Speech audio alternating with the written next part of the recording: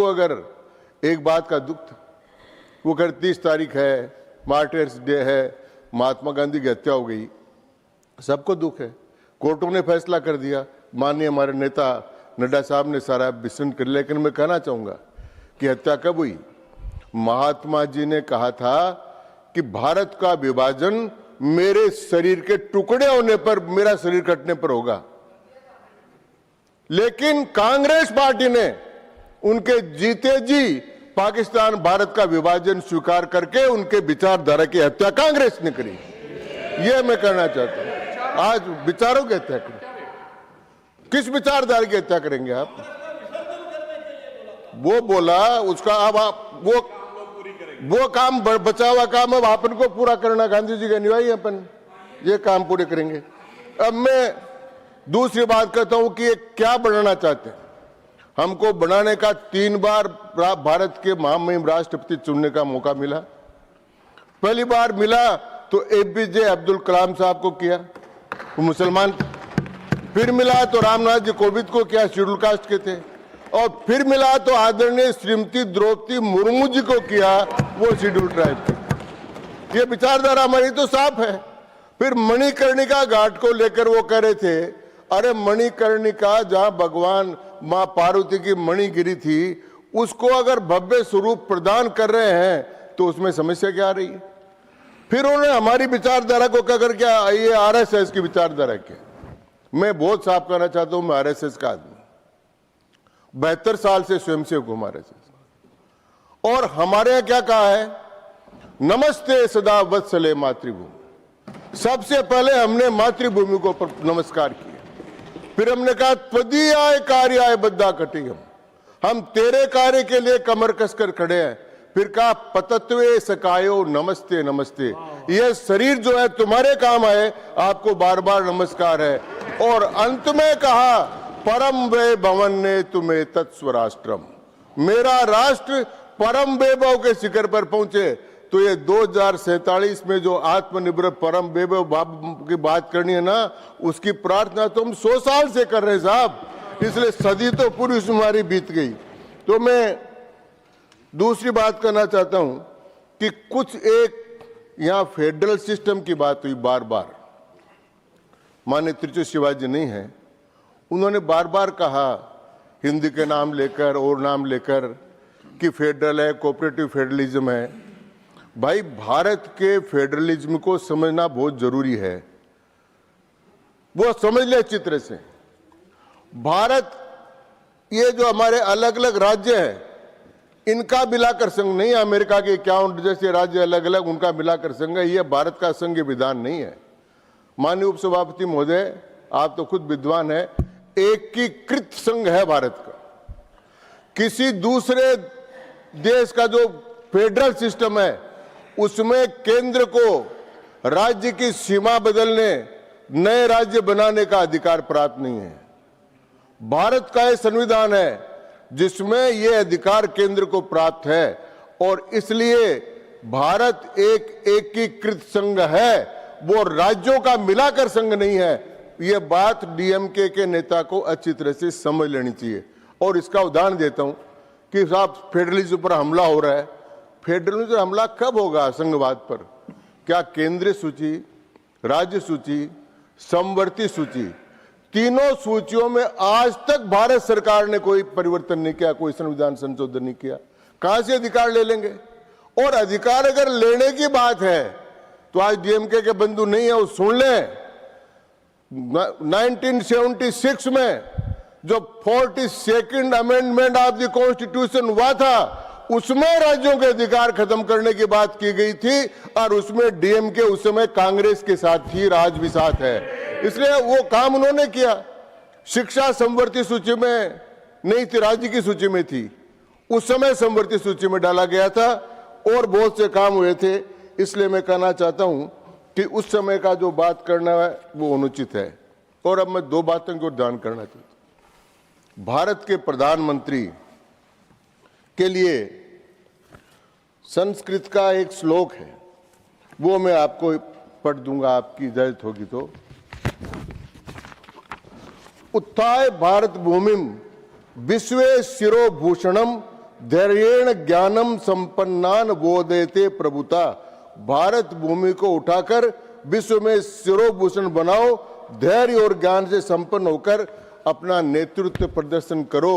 ये धैर्य और ज्ञान से प्रेरित होकर कल जो रात को ट्रंप के साथ समझौता हुआ, मोदी जी ने इस श्लोक को चरितार्थ कर दिया। और दूसरा उसी प्रकार का, मैं उस पर नहीं जाऊंगा, वो बजट का है, लेकिन ये जो मदर ऑफ डील्स हुई है, तो मैं आपके तो कंप्लीट कर दूं। मदर ऑफ डील्स जो हुई है, उस डील्स के बारे में, और अंत में मैं, जब आपने इतना ही समय दिया है, तो मैं ये कहना चाहूंगा कि अगर चर्चा करनी, समय पार्टी देती, हम पालन करने का अनुरोध करते हैं। तो मैं कहना हूं कि चर्चा अगर करनी थी तो ये चर्चा करनी थी आपको कि 25 करोड़ लोगों को गरीबी की रेखा के बाहर निकाल दिया। चर्चा करनी तो ये करनी थी कि 95 करोड़ लोगों को सामाजिक सुरक्षा के दायरे में लेकर आ गए। चिंता करनी तो ये करनी थी कि 6,75,000 करोड़ डायरेक्ट ट्रांसफर में रुपए चले गए लोगों के पास। चर्चा करनी तो ये करनी थी कि 4 करोड़ पक्के घर बनाए और 32 साल में सिर्फ 1 लाख बने। ये सारा काम जो किया, ये काम है भारत को 2047 को परम वैभव पर ले जाने के लिए।